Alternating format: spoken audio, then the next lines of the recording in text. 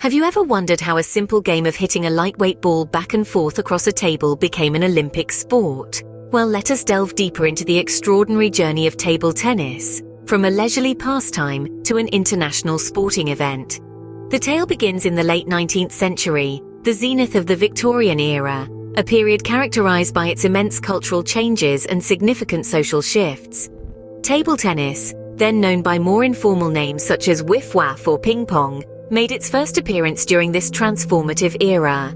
Its birthplace was not a sports field or a community centre, but none other than the grand drawing rooms of the English gentry. During this period, the game's humble beginnings were quite unique, and perhaps a little amusing by today's standards. It was considered nothing more than an after-dinner game, a delightful way to pass the time in the comfort of one's own home. It was the game of choice among the upper class, an entertaining diversion from their regular social engagements. Imagine a scene of Victorian aristocrats, dressed in their finest attire, gathered at a dinner table, indulging in a friendly match of whiff-waff. With no actual sports equipment at their disposal, the early players found creative alternatives. Everyday items found in any Victorian home were repurposed to suit their needs. Thick, hardbound volumes were used as nets, propped up in the center of the dining table. The lids of elegant wooden cigar boxes served as makeshift rackets, their flat surfaces ideal for hitting the game's unique ball. Perhaps the most intriguing aspect of this rudimentary version of the game was the ball itself, a champagne cork. The effervescence of champagne celebrations lent itself to more than just toasts and jubilations.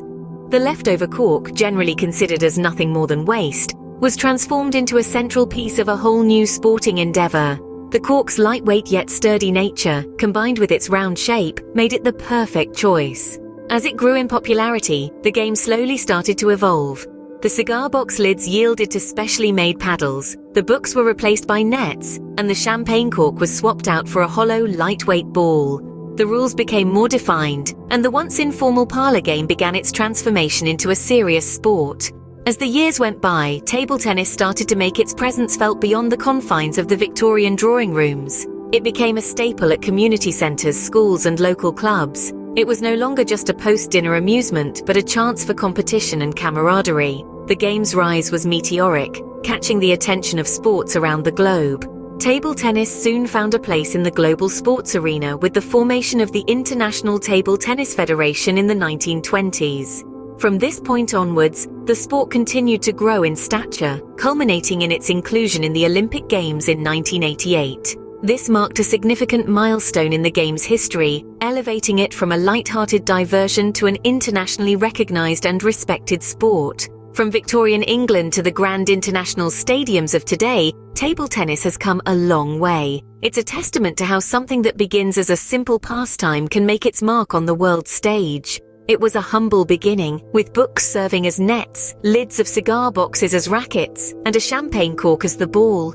By the early 20th century, the game had evolved and gained popularity, prompting the establishment of the Table Tennis Association in 1921. However, it was short-lived and dissolved within a few years. It was not until 1926 that the International Table Tennis Federation was formed, marking a significant milestone in the sport's history.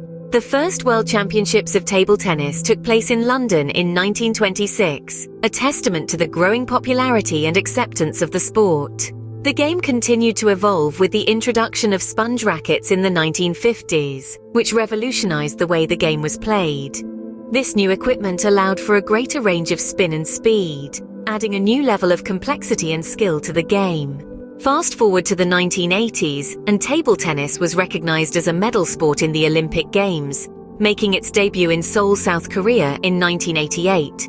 This was a monumental moment, cementing table tennis's status on the global sports stage.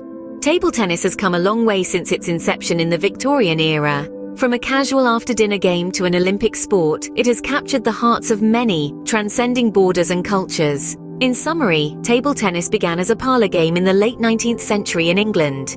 It gained popularity over the years, leading to the formation of the International Table Tennis Federation and the first World Championships in the 1920s. The game evolved with the introduction of sponge rackets in the 1950s, adding a new layer of complexity. Finally, the sport gained recognition as an Olympic sport in the 1980s, a testament to its global appeal and popularity. The history of table tennis is a fascinating journey, a testament to the game's resilience and adaptability.